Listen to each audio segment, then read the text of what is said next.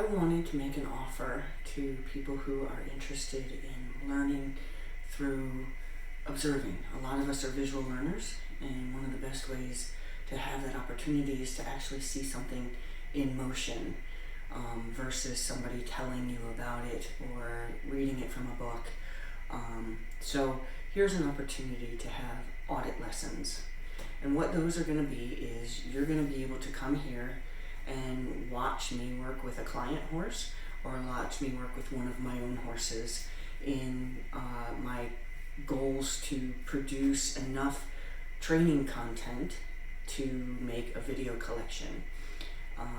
Therefore, what that means for you is that it's going to be very well explained because it's obviously going to be with the intention of having it be educational content. You're going to have opportunities to sit for multiple horses if you would like, so there's no limit to how long you stay. Each hour is a auditor's fee, but you might get to stay for as many as 3 horses in one session or in one day. I kind of equate it with going to a expo where you go and you climb up in the bleachers and at the end, even if there is a Q&A, you might sit the whole time hoping that they're going to pick you for a Q&A for a question you might have, and you might get overlooked by the time the session is over and your question never gets asked. One of the great things about this opportunity is that groups are going to be allowed, however, they're going to be small, and you're guaranteed that if you have questions, your questions will be answered. I may not be able to answer questions in the process, but I'm hoping that because I'm doing this for educational content, I'm hoping that as I'm doing the things that I'm doing, I'm very thoroughly explaining it, and a question would not need to be asked in the moment. I might even provide people with notebooks or suggest people bring notebooks, so that way when a question does come up and you know that it's not going to be the right time to ask that question. I might be in the middle of asking a horse to do something and answering a question in that moment just won't work. You have an opportunity to save your question.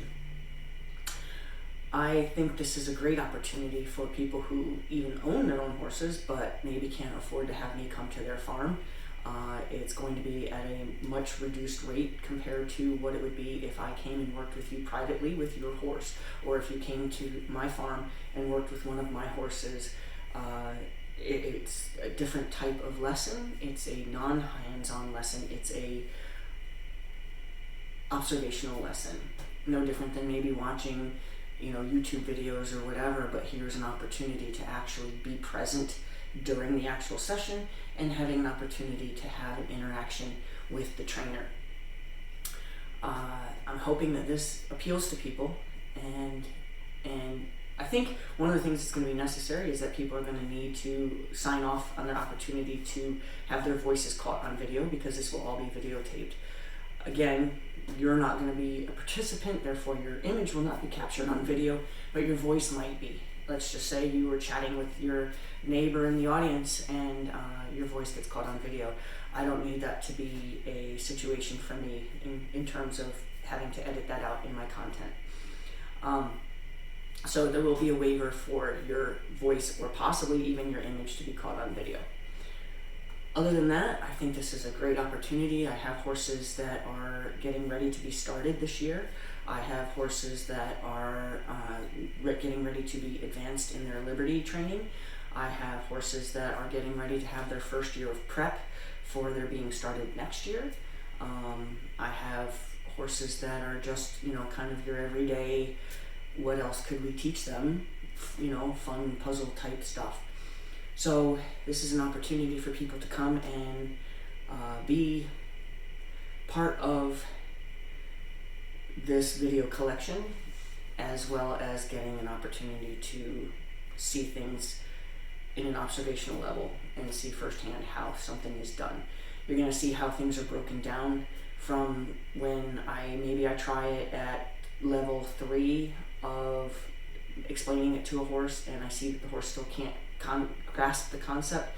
You'll see how I would rethink it and reconfigure it and then start at a smaller speed, a smaller piece.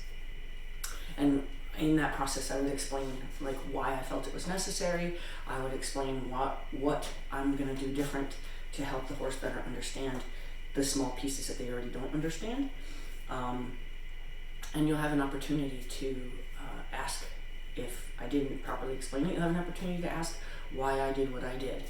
The cool thing is that this is going to be an ongoing series. Therefore, you can come every week, or you can come multiple times a week. And in that situation, you can watch what something was introduced. So like if I was to give you an example would be teaching the horse to put his head down. I would explain to you all the practical reasons I would do that. I would show you where I would begin in teaching it, and then I will show you how it progresses. Now, it may not progress beyond the horse having a sort of understanding by the time the session is over, but if you came the next week, you would see how that would progress, and then possibly during that next session, you would see how it would be applied to something, or you may come the next week and see how it would now be applied to something. There's multiple reasons I would teach a horse to put their head down. One is to be able to offer them a cue to help them relax. It would be offering them a cue to help them come down off of adrenaline if they find themselves over anxious about something, or if they've just been spooked by something. It offers you a way to, from in the saddle, to have your horse look down at something. It offers you an opportunity, if you're in the saddle, to give your horse permission to graze. It offers you an opportunity to help a horse that is struggling on a high adrenaline experience, to help them come off the adrenaline. It helps them when they're out on a circle to stretch and strengthen their top line. There's many purposes for the head down cue, and I would begin to show you from scratch. The other great thing is it's raw footage. I think a lot of trainers claim to be fear-free, stress-free, and all natural, and yet if you watch their videos, quite a bit of it's edited out. Why?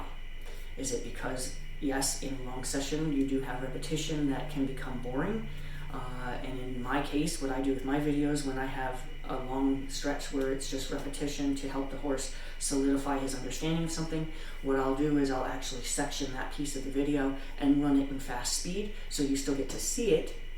You get to see the work that's being done, and yet you're not sitting through, say, 20 minutes of repetition. Okay, so I hope that interests people, and the rate will be included in the printout of this, and I hope that I can start doing sessions that involve an audience. An audience inspires me, an audience is good for business, and it's an opportunity. If I knew a successful trainer was offering an opportunity to come and watch their lessons for a cut rate of what their lessons would cost if I was actually taking a lesson, I would jump on it. So I'm hoping that this is that kind of opportunity for you. Thank you for